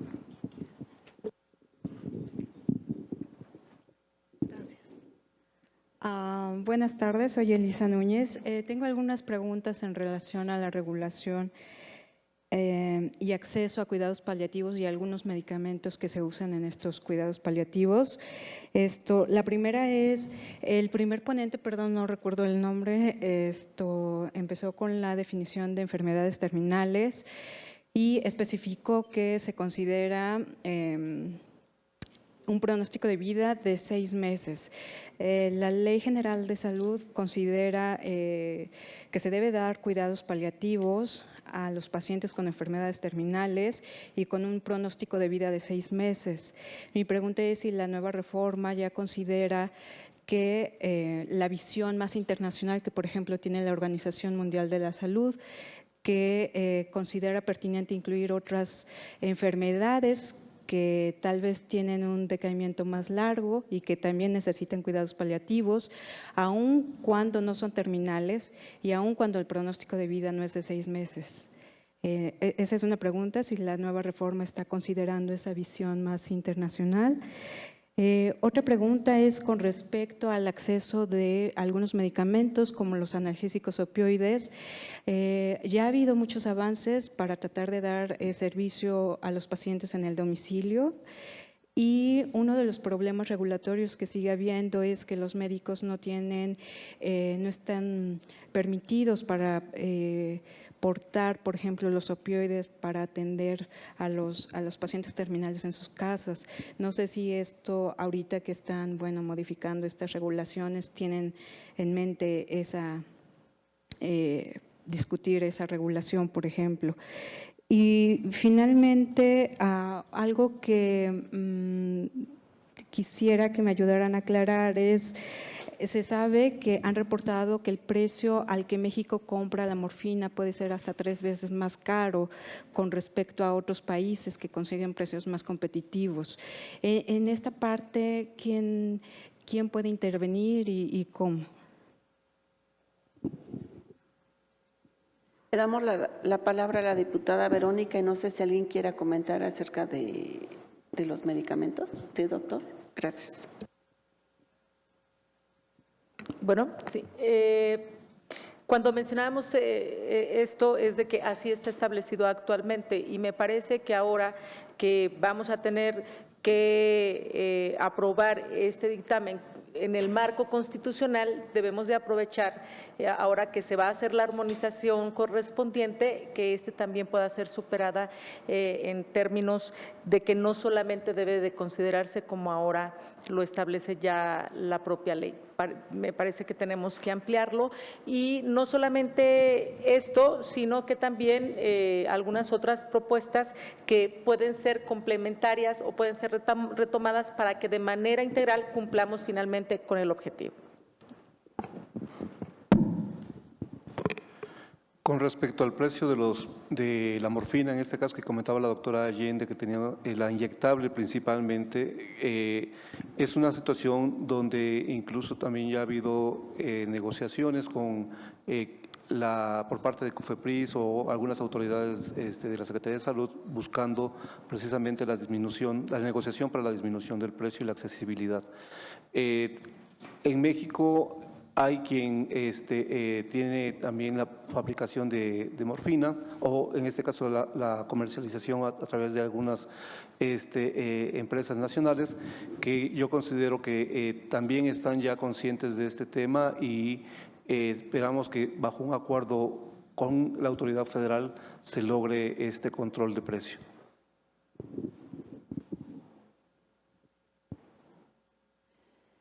Daríamos a otra persona que quisiera participar con una pregunta. Adelante. Acá, por favor, acá abajo. Y luego, si nos dan su nombre, por favor. Juan García. Sí, a Juan García, acá está. Un comentario acerca de si esto se va a incluir En el acuerdo del Consejo de Seguridad General, el Consejo lo faculta la Constitución y lo faculta la Ley General de Salud para emitir acuerdos con carácter de obligatoriedad en el país, sin que pasen por el tamiz de ninguna otra secretaría. Es en ese sentido de que en base a eso se publicaron en el Diario Oficial de la Federación los acuerdos para población general en el año 14 y para población pediátrica en el año 16. Ahí se establece ya no el concepto específico de enfermo en situación terminal, como lo dice la norma oficial mexicana que salió previo a este acuerdo, sino que este nuevo acuerdo, con la guía que tiene anexa, tiene un enfoque de mayor amplitud, en donde sí se considera el enfermo de situación terminal para recibir los cuidados paliativos, pero se habla del enfermo que tiene otras condiciones de salud que van más allá y que requieren cuidados más prolongados. Y que también en un momento determinado conviene diferenciarlos de lo que son los cuidados a largo plazo, ¿sí?, de los cuidados paliativos. Por otro lado, también creo que es el momento de comentar que en base a las modificaciones, a los decretos que han modificado la Ley General de Salud, quien puede prescribir los medicamentos opioides es el médico tratante. E incluso el médico pasante bajo algunas circunstancias que se lo permitan de acuerdo a la entidad en donde él está. Entonces ya no es médico especialista, sino médico tratante. Aquí el gran reto que tenemos en México, desde luego, es que primero que se produzcan los opioides, porque están reglamentados de tal manera, ¿verdad?, que se ha hecho muy difícil el tener acceso, primero porque no se producían, o no se producen, es muy difícil encontrar una farmacia que los tuviese, que los puede prescribir cualquier médico que ahora en COFEPRIS gestione su recetario mediante la vía electrónica, y que antes era un riesgo para algunos médicos porque consideraban que al tener sus datos habría cierto riesgo de poder manejar el recetario y además era una situación más compleja desde el punto administrativo. Ahora COFEPRIS dice que lo pueden tramitar en menos de una semana y ya no tiene que aparecer los datos del médico en la receta, sino que tiene un código que permite tener un control a COFEPRIS, pero que puede tener la seguridad por parte del médico. Entonces creo que en ese sentido es de que tenemos el gran reto de que haya suficiencia de los opioides. Sabemos que en un momento determinado solamente el 4% de lo que se produce está en las farmacias. Y tenemos nada más cerca del 2% de los médicos en México, en la República, que tienen ese tipo de recetario. Entonces, por un lado, el reto de que se produzcan y que se dispongan, y por otro lado, que los prescriban. Y para que los prescriban, tendríamos que reflexionar otra vez con todas las instituciones la necesidad imperiosa de capacitar al personal y particularmente a los médicos en el manejo farmacológico del dolor para que haya un control efectivo del mismo. Gracias. Le damos la palabra para la respuesta al doctor Gilberto Vázquez. Sí, gracias. Nada más para acotar un poquito a los comentarios con respecto al término de 6 meses. Este término fue acotado prácticamente en Estados Unidos por las aseguradoras en relación al término en el cual ellos iban a dar cobertura de estos cuidados a pacientes con enfermedades oncológicas y que ellos le llamaban terminales, es decir, hacían un presupuesto para los próximos 6 meses, que es lo que esperaban que iba a vivir una persona, que actualmente, para ellos ya también se convirtió en un problema esta acotación en el término. No es un término específico clínico, es un término actuarial y por eso se ha definido de esa manera. Y como ya lo mencionó el doctor Juan, prácticamente se ha rebasado eso, pero para fines prácticos se sigue utilizando en un momento dado para proporcionar esos cuidados. Nada más. Gracias. Muchas gracias. Le damos la palabra, si nos quiere dar su nombre, por favor. Claro que sí, buenas tardes. Sergio Paredes.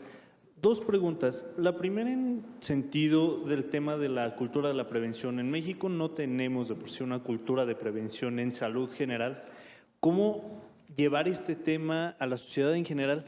que les va a ser, como se mencionaba desde el principio, un tema muy escabroso, porque no es algo que a la gente le guste hablar, no le gusta hablar de la muerte y mucho menos se preocupan por llevar esta materia a su vida cotidiana.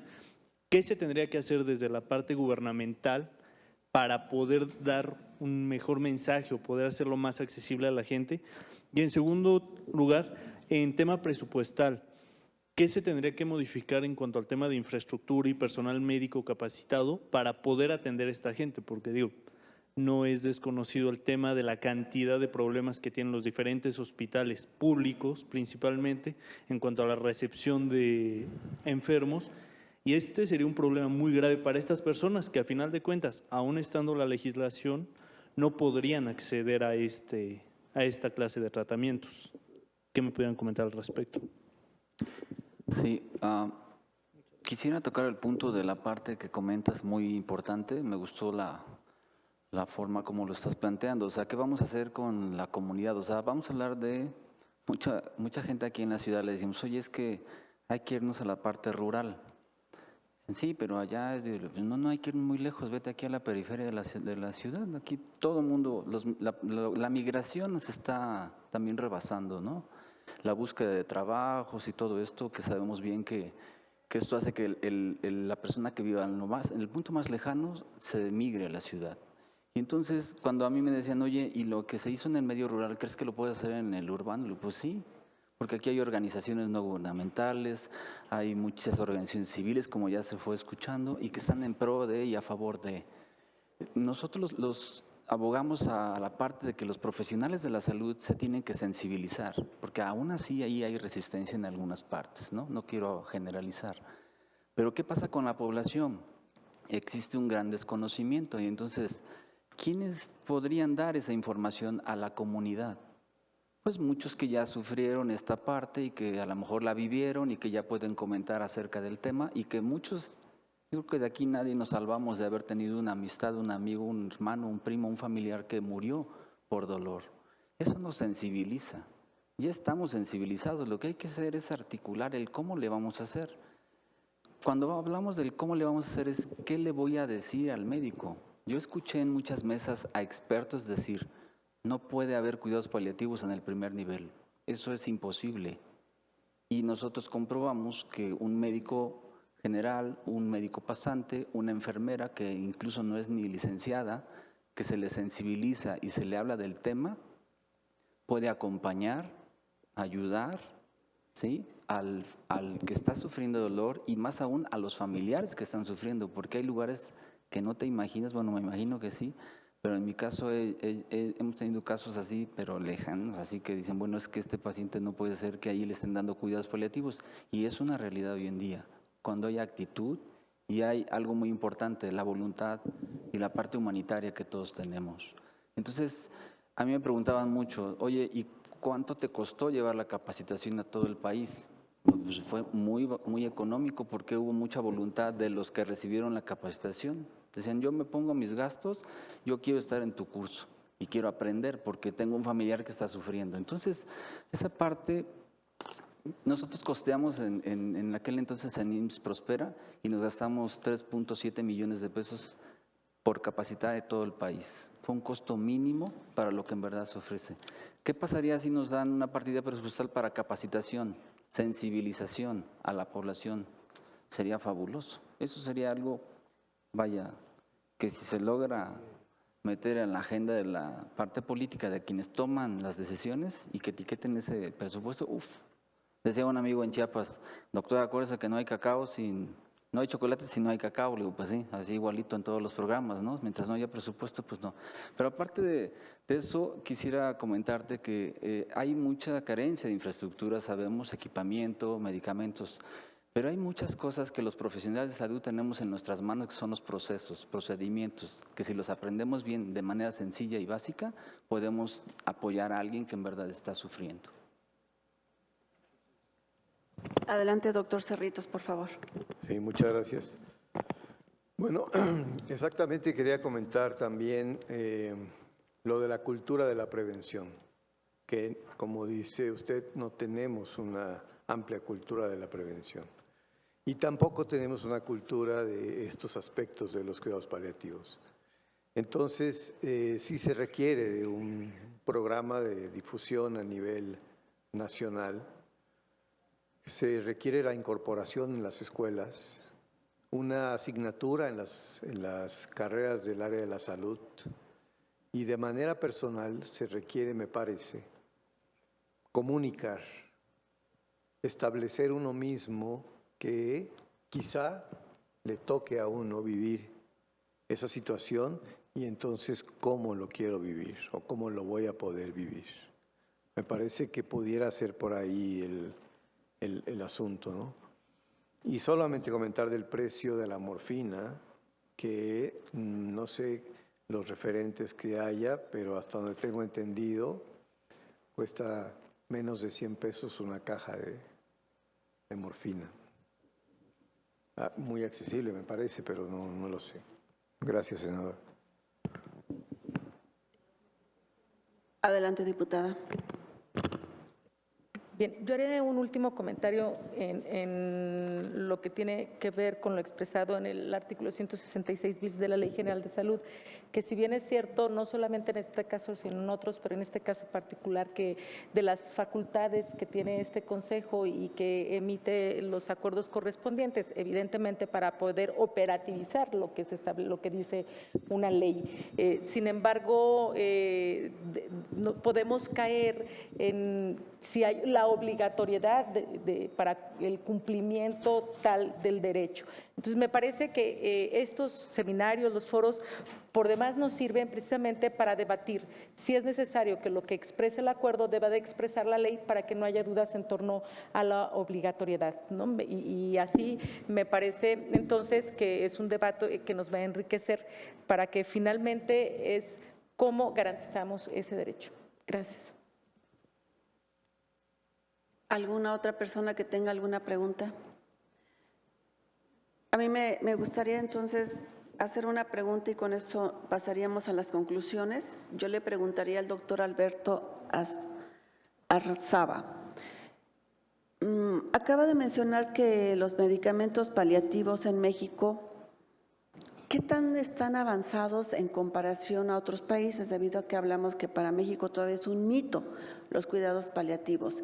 ¿Y cuáles son los países que están más avanzados en este tipo de medicamentos? Bueno, en cuanto a la accesibilidad, podríamos decir que en México tenemos la mayor parte de medicamentos que en el mundo, en el primer mundo, están disponibles. La diferencia es la facilidad de prescripción o no. Considero que México en ese sentido ha tenido la apertura para poder tener la mayor parte de tratamientos que se están generando. Lo único que, a diferencia de otros países, es la accesibilidad y la facilidad para adquirirlos. Por ejemplo, España es uno de los países, no hablamos de la parte de Estados Unidos que tienen otro nivel de consumo que no es exactamente el paliativo, sino que hablando de países europeos que también tienen el mismo la misma gama de medicamentos, pero tienen muy bien establecidos sus sistemas de distribución y acceso. Tienen un sistema, por ejemplo, en España de cuidados paliativos bastante integrado desde la parte de la cadena de fabricación hasta la farmacia. Y también hay una cultura ya dentro de la sociedad civil en la cual también están involucrados en el cuidado paliativo. Creo que en nuestro país la parte de poder tornarnos en esto va a depender mucho de la facilidad de que los medicamentos estén disponibles. O sea, tenemos una muy buena regulación, se puede mejorar, pero sí tenemos una muy mala distribución. Entonces, y obviamente lo que han hablado también los doctores anteriormente, se necesita mayor capacitación, que en las instalaciones de las instituciones, haya el recurso humano ya asignado para cuidados paliativos, porque como se comentó anteriormente, luego es nada más temporal. Hoy estoy aquí como paliativista, mañana estoy como anestesiólogo o alguna otra actividad, ¿no? Gracias. ¿Daríamos la respuesta a alguna otra persona? Adelante. Acá, por favor.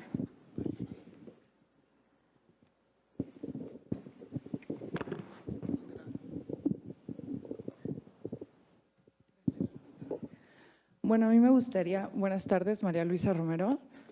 Me gustaría preguntarles si tienen contemplado el posible peligro de una crisis de opioides como la que vive Estados Unidos hoy en día, con base en estas diversas iniciativas de abrir la legislación para que haya un mayor acceso a opioides.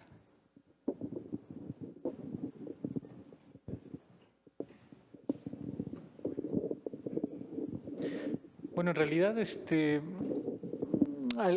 sí tenemos culturas diferentes en relación a esta situación de consumo de analgésicos opioides. En principio porque casi no teníamos en tiempos, hace una década o 2 décadas no teníamos el acceso que ahora tenemos. Sí, los opioides es farmacológico y sí se corre el riesgo de generar dependencia. Pero nosotros, bueno, al menos en lo que tenemos en regulación, tenemos bastante buen control de lo que es la emisión de la receta y quién receta y hacia quién va este medicamento. Ese es en cuanto a regulación y legislación.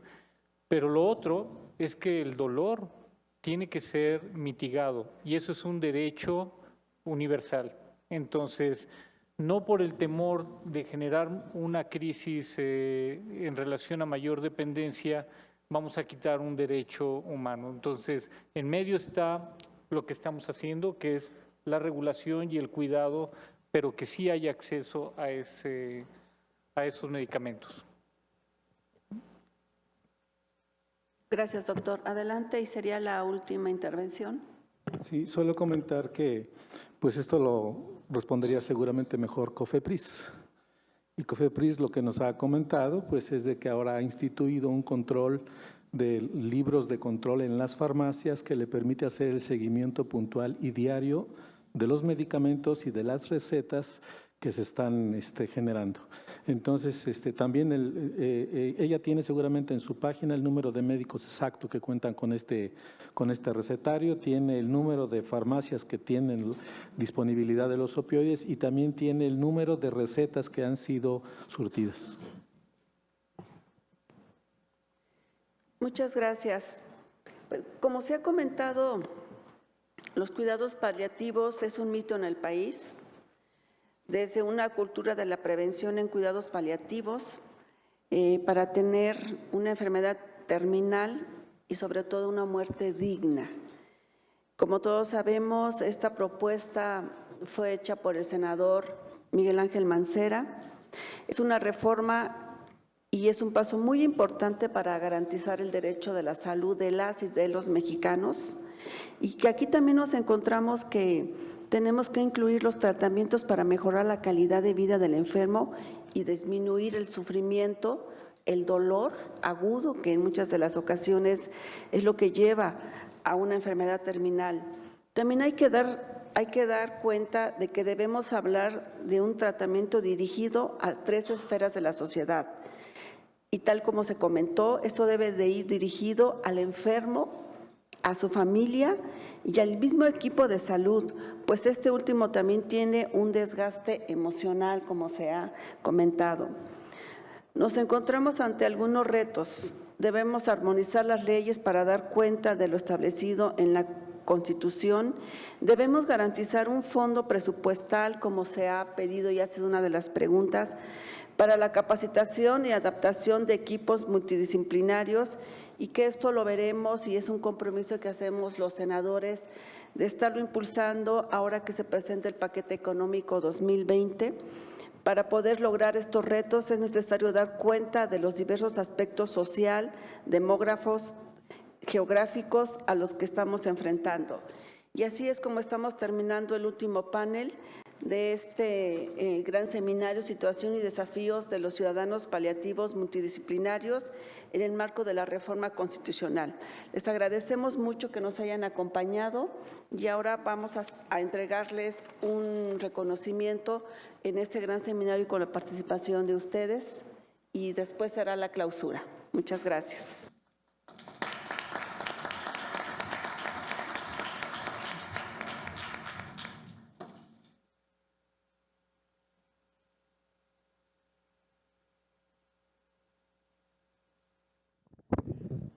Hace unos meses, el Senado de la República aprobó por unanimidad cambios al artículo 4 constitucional para establecer la muerte digna y los cuidados paliativos a los enfermos terminales.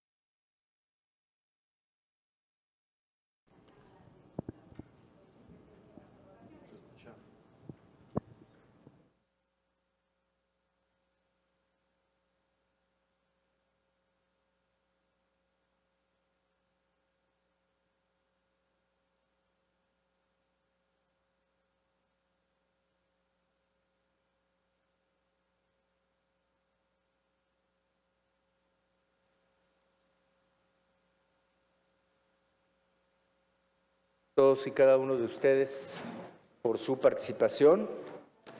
Agradecer, por supuesto, a mis compañeras senadoras, mis compañeros senadores, a nuestra amiga diputada, coordinadora del Grupo Parlamentario del PRD, y por supuesto también reconocer que, si bien es cierto, inició con una iniciativa del PRD, este tema ha sido ya abrazado por todos los demás grupos parlamentarios. Y creo que después de todo lo que se ha escuchado el día de hoy, de la visión financiera, de la visión humana, del tema de los niños también, los porcentajes que se han planteado aquí de las personas que realmente están recibiendo cuidados paliativos, que son porcentajes muy bajos, la realidad de fuera de los centros urbanos, que también es otro tema muy preocupante, y la necesidad, pues, de varias de las líneas de acción que aquí han quedado expuestas, nos deja una tarea mucho más clara de hacia dónde tenemos que caminar en la legislación secundaria aquí en el Senado de la República. Por todo ello, a los expertos, a todas las personas que nos han ilustrado el día de hoy, a los hombres y mujeres que participaron en este seminario, les agradecemos muchísimo. A todos ustedes, muchas gracias. A mis compañeras, reitero, y a mis compañeros. Y procedemos a la declaratoria de clausura de este seminario, por lo que, siendo las 16 horas con 7 minutos del día 22 de agosto de 2019, declaro formalmente clausurado el seminario Situación y Desafíos de los Cuidados Paliativos Multidisciplinarios en el marco de la reforma constitucional, agradeciendo, por supuesto, al Instituto Belisario Domínguez y reconociendo que con estos trabajos estoy convencido que se va a contribuir a la mejora del sistema de salud en nuestro país. Nos ha quedado claro que este tema está totalmente unido a la dignidad de las personas y a la salud de las personas. Muchas gracias y muchas felicidades. Muy buenas tardes a todas y a todos ustedes.